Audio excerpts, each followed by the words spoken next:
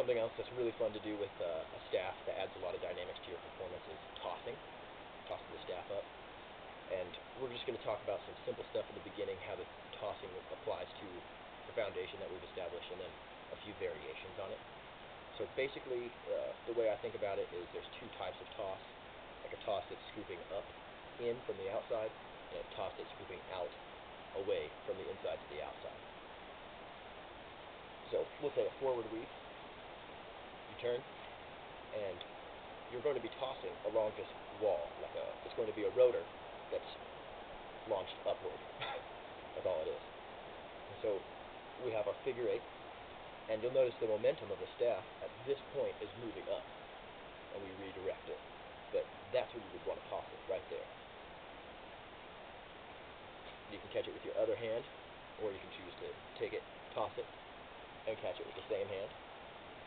And then because these are figure eights, if I catch it with my native hand, it's obviously going to be a figure eight. That's my forward weave side.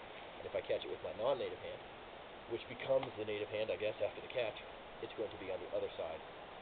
That's my reverse weave. And so it's going to feel like a changed direction, kind of, but it never did. It's just, now you'll see, like, the toss is coming from the up on this side, whereas coming from the forward weave, it's up through the center. Coming from a reverse weave, it's going to be from the outside. The momentum to toss it up is coming from the outside. And so that's the other variation of the tosses, would be the outside toss. And that one, because it's going from outside, I like to toss it to the other outside. Like that. And you can link those and have a lot of fun with it by tossing up the middle, catching, and then tossing across. And then up the middle, and across. And you'll notice that my right hand is always tossing up the middle, and my left hand is always tossing across.